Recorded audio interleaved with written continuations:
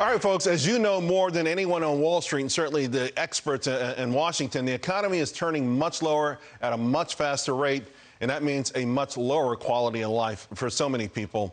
Are conversations about where we're going to go on vacation, in are conversations about how we could put food on the table. And it all boils down to real disposable income or lack thereof. It's a problem, as you can see on this chart, that began when those stimulus checks started to go out. This is the third quarter of last year.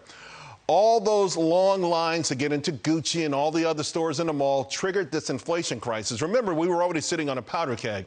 Now, the bad news is that the Conference Board sees this negative real disposable income lasting into the first quarter of next year.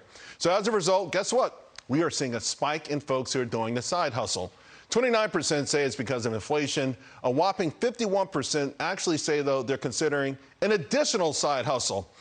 There was a time, I got to tell you, when it was just something to do, right? People did it for extra cash. In fact, when I was growing up on my block, we called it scrambling. And I got to admit, I admired anybody that found extra revenue streams. That's my motto in life as well.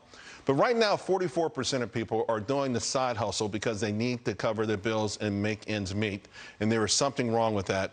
People can't afford to have these 4th of July cookouts. They have to find a side hustle because politicians sent out checks trying to buy votes. And now the Federal Reserve is trying to make everyone poorer.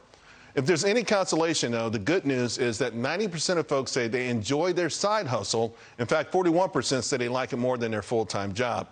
By the way, speaking of the Fed, at the top of the show, we asked about Powell admitting he doesn't really understand anything about inflation. We got a lot of reaction, including one of my favorites from Nate. You can't unravel a Ponzi scheme. In other words, everyone knew that the Fed didn't know what they were doing, which might be the most amazing epiphany of them all.